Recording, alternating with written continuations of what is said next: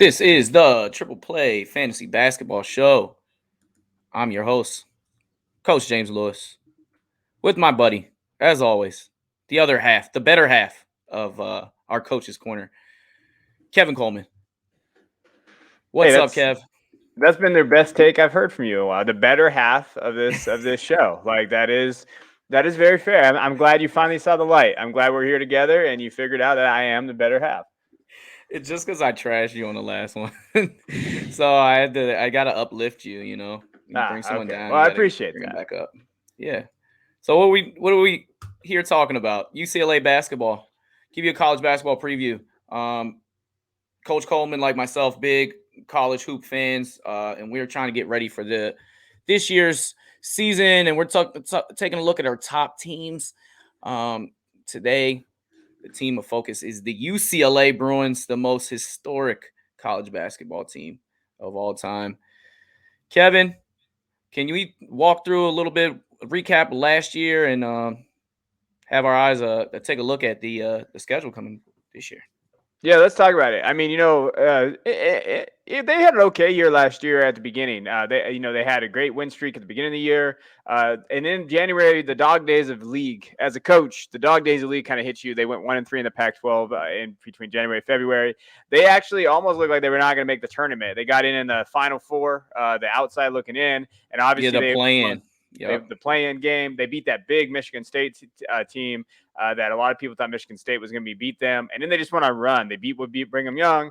They beat Abilene Christian. They got lucky. They got to play a 14 seed in the second round. They beat Alabama. Obviously, we saw that. And then hey, they beat Michigan, who we just covered in this thing. And then they lost to Gonzaga. Obviously, Jalen Suggs hit the shot that everybody saw. And so realistically, I thought they were the better team that day. They just didn't actually finish down the stretch. Overall, though, they were 22-10, 13-6, fourth in the Pac-12, which isn't great, especially Pac-12 basketball. But they are a legitimate team with a legitimate coach. Excuse me, Mick Cronin. They have a very good squad, and so I think that while they went there last year, Cronin's got him to the right point. They finally have a coach in there that knows what he's kind of doing, how to coach defensively as well. You saw their defensive rating jump up really, really well last year. It wasn't as good as you'd like to see down the stretch, but their offensive rating was kind of shocking. They were 54th in the nation. So a lot of good things to talk about UCLA. Is UCLA back? That's the key question that we're going to talk about. Their schedule wise, not a huge schedule in terms of like non-conference stuff when you're looking at what their schedule kind of looks like.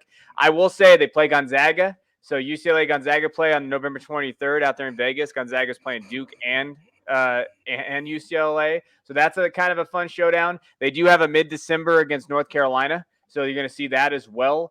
So that's an interesting there, and in Villanova. So they're playing some okay schools in their non, and then you'll see it here. This is the early conference games for men's basketball. Realistically, coach, they should win the Pac-12. Like if they're not winning the Pac-12, that's a problem. They are the best team in the Pac-12, and so they have some good games. I guess they play Marquette as well. Shaka's there. We'll see what he's been able to do there. So not a huge. They have probably about 3 huge games in non-conference. But then, hey, should they win the Pac-12? Yes, and that's where they're going to have to really, really go for. Yeah, one of the hottest teams in college basketball towards the end of the year, and they really went on a roll and defeated a great Michigan team and gave Gonzaga everything that they wanted. They beat Michigan 51-49 and come back, and they lose to Gonzaga 93-90. Two completely different games in different weeks. Now, I think part of the fact that they had that slow start and it really weren't, I guess, putting it all together was Chris Smith, who was kind of a do-it-all player. He got hurt. Yeah. He only played 8 games last year. We're taking a look at the departures this year. This is departures / I guess injured reserve because Chris Smith, he was a senior. He's done. Will McClendon was a number 57th ranked player, and he's only one of 2 recruits. We'll talk about the star-studded other recruit that they picked up. He tore his ACL, and he was going to get some minutes as a backup guard, and that kind of just now falls in the hands of David Singleton, a senior that will be great in that role, but it's always better to have more. Jalen Hill, very talented big man, left the team. He was producing in rebounds and had been there since Cronin had gotten there. So you're missing a little bit, but you're returning your whole starting five. And you rarely see that in college basketball anymore, especially at the top tier programs. And this veteran group really gelled at the end of the season, and they have very high expectations. The biggest one to return was Johnny Juzang, who on a lot of mock drafts he was going late first and early second. And I think that just the intrigue to try to cut down the nets and win one for UCLA brought him back. But yeah, that hot run had his name buzzing on the NBA scouts boards as he's a 6'6" wing. He averaged 16 a game last year, but we really saw an uptick in the NCAA tournament. Yeah. He can hit the three. He's solid at the free throw line. He's a decent defender. So Johnny Juzang is again going to be their number one guy, but they have so many weapons. You want to talk about Johnny before we talk about some of these other players? Yeah, I love Johnny. I was surprised he didn't come out, right? And when he flirted with the NBA, he was right there. You would have you expected him to kind of get that stock surge that we like to see, the NBA draft stock surge. Now that he came back, I mean, he realistically should be in the running for Player of the Year. And he could be. I mean, with just about how Yeah. good he is, the skills that he has, and you watch what he was able to do last year. So, I think that he's going to vie for the Naismith College Player of the Year awards. I think he's going to be there. And he fell just 4 points shy last year of setting UCLA's all-time record for most points by an individual in the NCAA tourney. So he scored 137 points last year in that tourney. That's legit. Like, that is a legitimate talent. I think that he's going to be Helps there. when you get an extra game.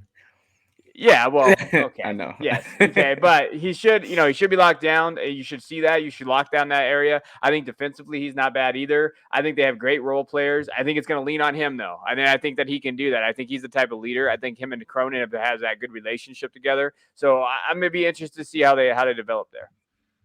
Yeah, and a relationship that he didn't have so well with Coach Calipari as he came in Yeah. with Kentucky and he moved on, and it was great for him because he was not getting the playing time that, as we see, he should have deserved. And sometimes, you don't get along with the coach or you don't see eye to eye. And now with the transfer portal being wide open, you can go anywhere you want to. Um, Players are going to situations where they know that they can play, but sometimes it works out in the case of Johnny Juzang. So he's not the only guy. Key players they got returning. The entire starting lineup, as we see Cody Riley, fierce big man. And then they got with Juzang, with Jaime Jaquez Jr., who's a projected first round pick, with Tyger Campbell running the show. You got some and Jules Bernard, who may or may not start. You got some really good wing. You got three good wings. You got a solid big fella, and sort of your traditional point guard in Tyger Campbell. So they're just a well rounded machine, and Yes. they bring veteran leaderships. Jaime Jaquez he's a shooter. He's got a punchable face, but if he's on your team, that's a Coach Kev shout out. But if he's on your team, you love Jaime, and he's got good size, and he's just a good overall basketball player. Jules Yeah. Bernard is one of your top tier shooters that you got on the team. Another 6'6" guy, so a lot of versatility defensively when you have three wing players that are all at 6'6". And speaking of versatility, the freshman coming in, who we haven't even talked about, Peyton Watson, he may or may not steal that starting spot from Jules Bernard. He's the number 10 player in the nation. Fresh off UCLA men's U19 gold, McDonald's All-American. As a junior, he averaged 23 points and 8 rebounds. But he is known to be in the gym working out. I know he's training with Darren Collison during this pandemic, and the buzz is that this kid is unbelievable, and he might go in there and be the best player on UCLA. On my way too early mock draft, I have him as I think 10 overall, so just the same as what he's rated. And he's showcased defense, long arms, in that USA basketball run. I love me some Peyton Watson, and he might be the missing piece of the puzzle. I mean, you return a starting lineup, and everyone is veterans. It's great to have some young blood and somebody that's gonna come in there. From California, and he might be the missing piece. This is a preview, but this might be my selection for my early preseason pick to win it all, just because of the well-rounded nature of this team. Anybody that I Yeah. touched on in particular you want to talk about? Yeah, I want to talk about Jaime real quick. I liked him from last year, but hey, he was the team's leading rebounder through the season last year. So he does it. He's that do it all kind of guy. He's just one of two guys to start all 32 games. So when you're looking at that, you're looking at a guy that's reliable, can rebound, and he's kind of that do it all kind of guy, right? 3-point percentage is almost at 40%.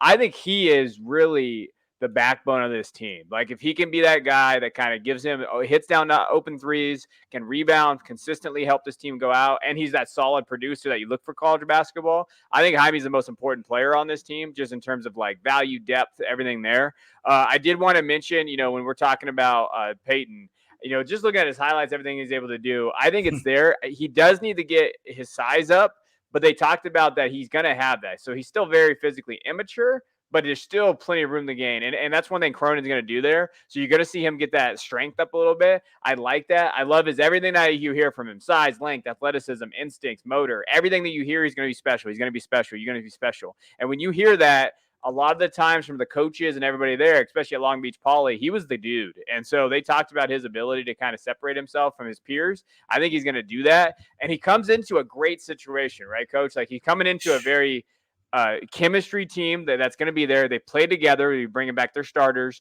Like that's the type of guy that Watson needs, because he's just going to step in and play basketball. He's not going to be asked to do too much, and then he gets to just play. Oh, that's when you look at freshmen when they can really pop off, is when their team just says, "Hey, this is your role. Just go score these buckets," or "Hey, you need to defend this guy," and that's where they succeed. It kind of reminds you, like, he doesn't, as a player, doesn't like Scotty Barnes last year for Florida State. That kind of same, hey, this is your job, go do it, and then go excel at it. And I think that's the thing that's going to happen with Peyton. And I'm a big fan and believer in him, just how big he is, and just in terms of how talented he is as a player. And he could play that Marvin Williams role for North Carolina. Ooh, shout out back in the day, Marvin Williams. I hated that guy as a Williams, Duke fan. I hated that guy. who embraced the role as sixth man. They had a championship team, and he ended up going number 2 overall, and off the bench. It just kind of sparked in my head that could be his possible role for this team. The other thing is he is not a lights out 3-point shooter, so to speak, right now. But you have other guys around that do that at a high level, so it doesn't put that pressure on him to have to go get you a bucket. He can just go out there and play, like you said, and be free. Head in the engine is Tyger Campbell, your kind of your throwback point guard. I think I got the assist wrong on this one, but um, he's a leader. He's who you want. It's in college basketball setting. He gets after it defensively. As far as the guard play is concerned, those wings play some of those, the guard attributes these days. But David Singleton is a solid backup guard. So he's coming in. It reminds me of a little bit of Aaron Holiday in the pros these days. And like you put him in, you don't feel bad about putting this guy in, and shooting 48% from 3. He doesn't shoot like a lot of them, but he knows when to shoot them, and he can make it. He's got good size as a guard. I just really like everything that he offers. Tyger Campbell averaged 5.4 assists last year, so yeah, I did have that wrong. So that's the guard play. You were hoping to have McClendon, the freshman, with the torn ACL. You would want a little bit more depth. To me, this team is strong 8 deep, a very strong 8 deep. Sometimes that's better though, as far as passing out minutes are concerned. I think the real thing is the front court, right? I think we got to be. I think that's the thing. Can Cody Riley do what he did last year when he came in for the after the injury? You 10-5-1, and do we rely on Cody? Can Cody be that guy that steps up? I think that's their biggest thing is Cody, and then you have transfer from Rutgers, our guy Myles Johnson, big boy, like you call him big man, 6'11", 255. I think he'll provide depth in that front court, so that grad transfer is good. His free throw percentage is obviously not something that you want to see, but his field goal percentage is there. He's going to provide that. So for me, my biggest question mark on this, I know we're going to get to that anyway, is the front court and the depth at that position. It's still two seniors, man. Like they're gonna to me probably split some minutes. If Cody gets in foul trouble, Myles would be gladly to play the game. But like that's to me, I think that's all you need now. If this team has an injury in some type of capacity as far as the big man is concerned, since to me like they have other players. This is college basketball. It's UCLA. They have guys in line. But two really solid premier post players. One of them go down. You think that might be a little bit of a problem. If Tyger Campbell goes down, that's huge. You really do need that solid point guard. So there's a little bit of that there, but those guys played every game last year. So I just love the makeup of this team, and then the Peyton Watson aspect to put him over the edge. I do too. Intrigues me, and who knows, he might be in that starting lineup, and you bring Jules Bernard, who is no stranger to heating it up coming off the bench. He started 28 of the 32 games, but he does not mind coming off the bench. So I really like this team, and I think it's time we talk about our predictions. What do you think the outcome of the UCLA season is this year? Yeah, you know what? I think that they're the clear front runners. Wouldn't you agree? Like I like Gonzaga, and I like those teams that we've talked about. But I think with the roster set, with what they have, with everybody coming back, they're the deepest team. I think in terms of like college basketball, I think they're the oldest team. They have, and I think when you look at the roster and everybody that they had there, I think with Johnny being there, with Peyton coming in, I love, like we talked about Jaime, those guys. Like I think that this team should be in the Final Four, and I think that they should be the contenders right now. I think that the consensus is that Gonzaga is the favorite, but I haven't seen like a preseason without them being in the top 5 or top 3. And to me, I think that they are just a little bit better all around than Gonzaga. What Gonzaga does have is a superstar in Chet Holmgren. They have Kevin Durant, right? That's what you said? I did not call him Kevin Durant. He has Kevin Durant-esque skill. And that might be that might be the the finishing point is like we can't do anything with Chet, and that is the I guess the one concern, but we never know what Peyton Watson looks like when he's on the court. Yeah, that's what I was gonna say. I mean, hey, like Chet could be that guy, but Peyton doesn't have to be that guy. You know why? Because he has all these other talent around him. But if Peyton can be that good, now we're talking about ceiling just raised through the roof. Whereas Gonzaga's ceiling, I think, can be limited, like we mentioned. Like, I think that if we have this talent around him, I think they're deeper. Like, I don't think they have as many question marks as Gonzaga. I also think Timmy is a better college basketball player than Johnny Juzang.